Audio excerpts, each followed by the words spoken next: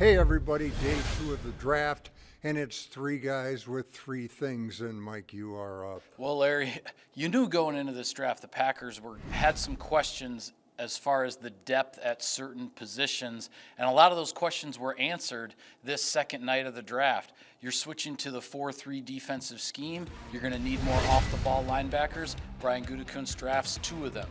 You get a free agent safety, but most of your veteran safeties have left.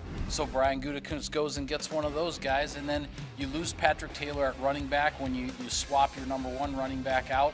But you got a depth question there, and then he goes and finds a guy. The depth chart is coming together. He talks about competition all the time. It's going to be there because these spots are getting filled in. And Weston, you are up. Larry, I don't know if you know this about me. I'm not a patient person.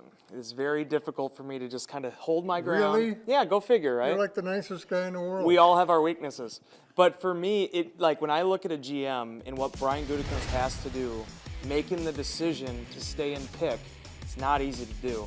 He mentioned there was a few times where he got a little antsy there. Maybe there was a player that he liked, comparable grades, but do you want to go give that extra resource to go acquire them? Some of his scouts, some of his brass, some of his top guys tell him, hey, trust the board. It's looking good right now. Gutekunst did that. He made 5 picks in the top 91. They felt like, again, they got guys that all had second round or better grades. And now they go into day 3 with 8 draft picks. Fellas, I'm finding a couple of the selections made tonight very, very intriguing.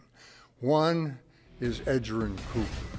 I think the dude plays with his hair on fire. I mean, he's hair on fire personified when you watch that guy.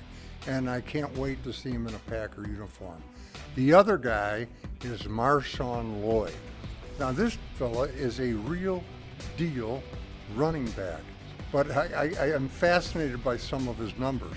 One of them, he averaged over 7 yards a carry. You got to be kidding me.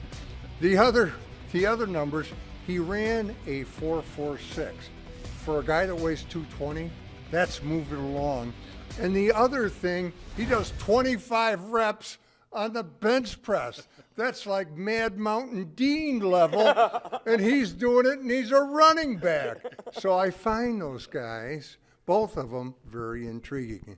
And that is 3 guys with 3 things. See you next time.